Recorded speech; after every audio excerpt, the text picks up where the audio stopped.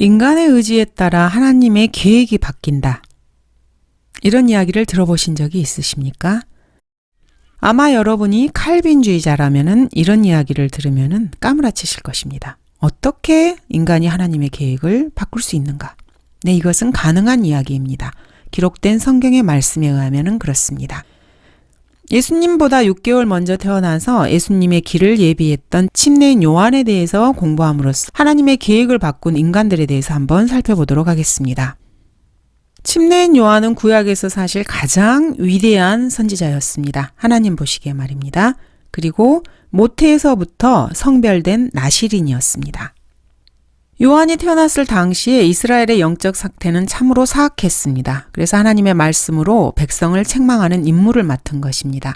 그러나 우리가 여기서 보고자 하는 것은 침례인 요한의 사역이 아니고 이 침례인 요한이 엘리야였는지 아니었는지 그것을 살펴보도록 하겠습니다. 예수님께서 지상에 오셨을 때 제자들뿐만 아니라 유대 민족 자체는 로마의 속박에 있었고 그래서 자신들을 로마의 속박으로부터 구원해 줄 메시아를 간절히 기다리고 있었습니다.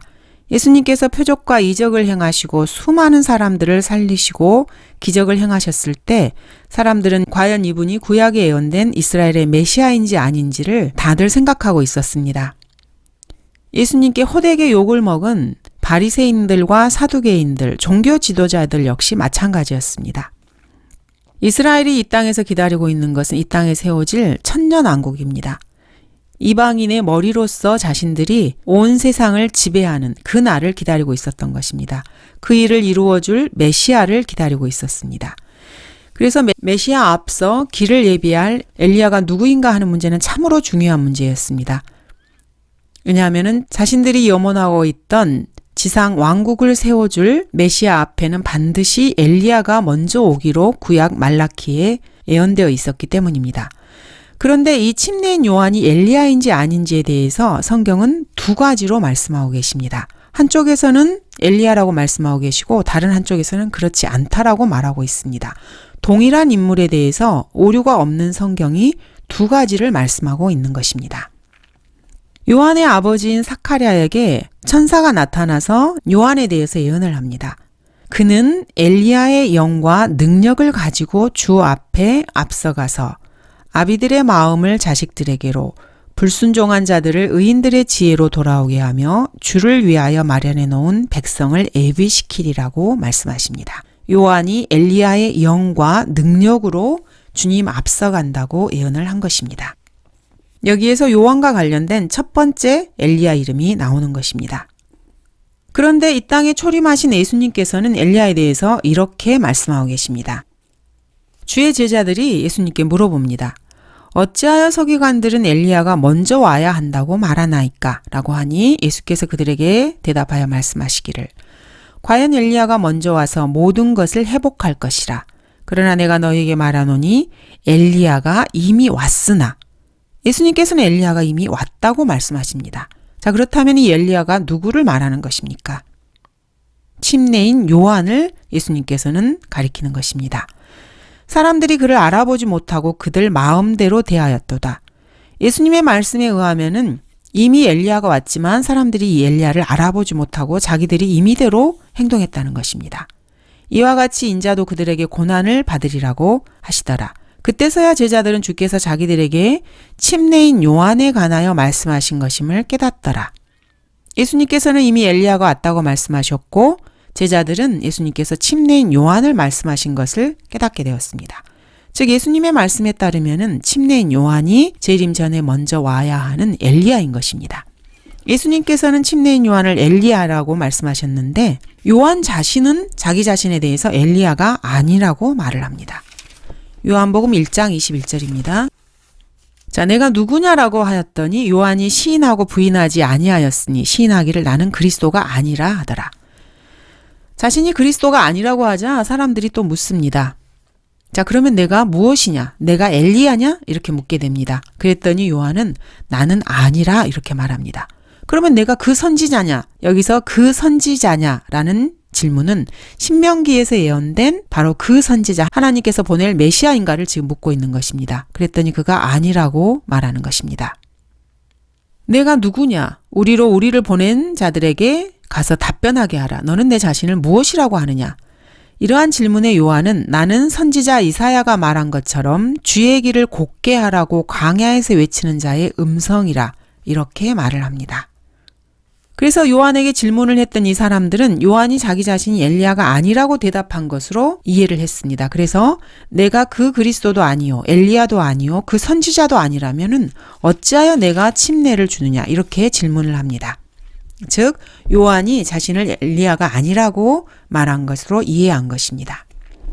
요한은 자신이 엘리야가 아니라고 하였고 요한의 탄생을 예언했던 천사는 요한이 엘리야의 영과 능력으로 온다고 말씀하셨으며 예수님께서는 요한이 바로 엘리야라고 대답하셨고 제자들도 그렇게 이해했습니다.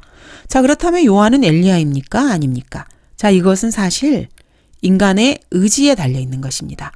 초림 당시에 이스라엘 사람들이 예수님을 메시아로 받아들였으면은 침례인 요한은 엘리야가 되는 것입니다. 그렇지만은 그 당시에 유대인들이 예수 그리스도를 거부하게 되면은 엘리야가 되지 못하는 것입니다. 놀랍지 않습니까?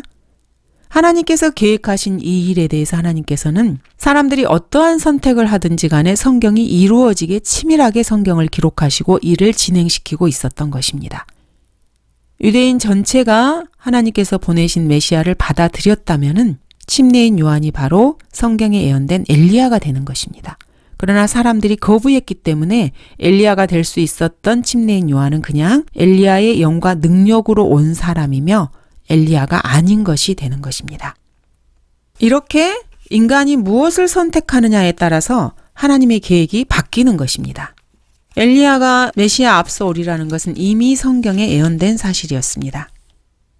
말라기 4장 5절에서는 보라 내가 주의 크고 무서운 날이 오기 전에 선지자 엘리야를 너희에게 보내리니 그가 아비들의 마음을 자식들에게로 자식들의 마음을 그들의 아들들에게로 돌이켜 내가 와서 땅을 저주로 치지 않게 하리라.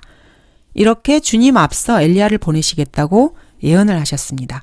그러나 엘리야가 될 수 있었던 침례인 요한은 사람들의 거부로 인해서 유대인들의 거부로 인해서 엘리야가 되지 못한 것입니다.